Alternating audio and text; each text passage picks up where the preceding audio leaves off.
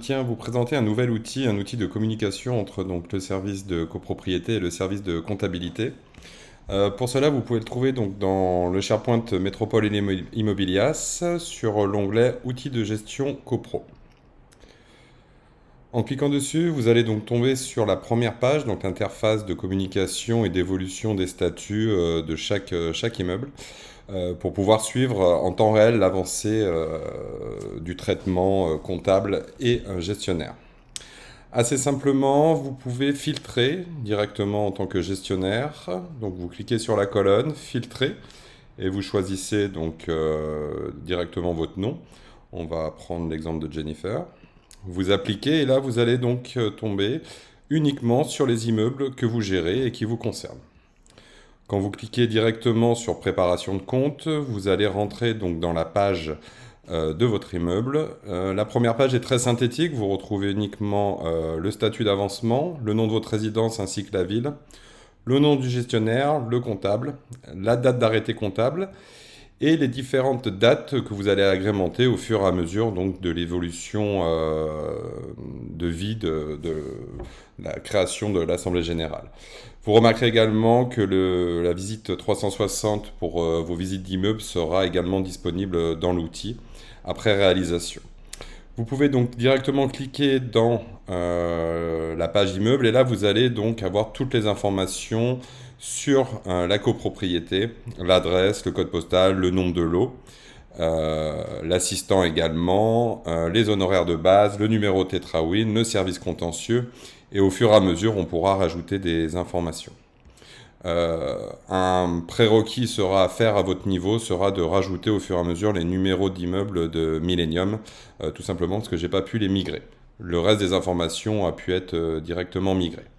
Si vous souhaitez communiquer avec un de vos collaborateurs, il suffit de mettre un arrobase et de sélectionner le collaborateur en question et de rajouter votre texte. À ce moment-là, vous pouvez directement communiquer avec la personne. À la suite, le collaborateur recevra un mail avec une identification. Il n'aura plus qu'à cliquer sur accéder aux commentaires pour pouvoir justement retomber sur la page de la copropriété. Vous allez retrouver différents statuts. Ces différents statuts sont liés à des alertes en fonction de l'action que vous allez devoir mener. Donc vous en avez 9. Donc la première, donc la préparation des comptes. Donc ça sera à la maille de la comptabilité. Quand la comptabilité aura préparé les comptes, elle va pouvoir directement donc changer le statut en mettant donc analyse gestionnaire pour que le gestionnaire puisse bien entendu analyser l'état des comptes et mettre la date à laquelle l'analyse des comptes aura été réalisée par le gestionnaire ainsi que la date limite de préparation des comptes qui sera déterminée par Christelle et Laurence. Le gestionnaire prendra connaissance avec le CS donc des comptes, deux possibilités, soit les comptes sont déjà bien entendu à jour et correctement réalisés, à ce moment-là, il pourra directement faire la demande de BAR ou alors des modifications compta et à ce moment-là, la comptabilité, enfin le comptable recevra une notification pour pouvoir justement faire ces modifications.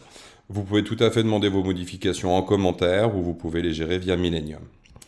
Une fois que la demande de bons à répartir aura été réalisée et que le comptable aura fait le nécessaire, il n'aura plus qu'à cliquer sur le statut répartition OK et à mettre également donc la date à laquelle la répartition a été régularisée pour que le gestionnaire puisse convoquer l'AG.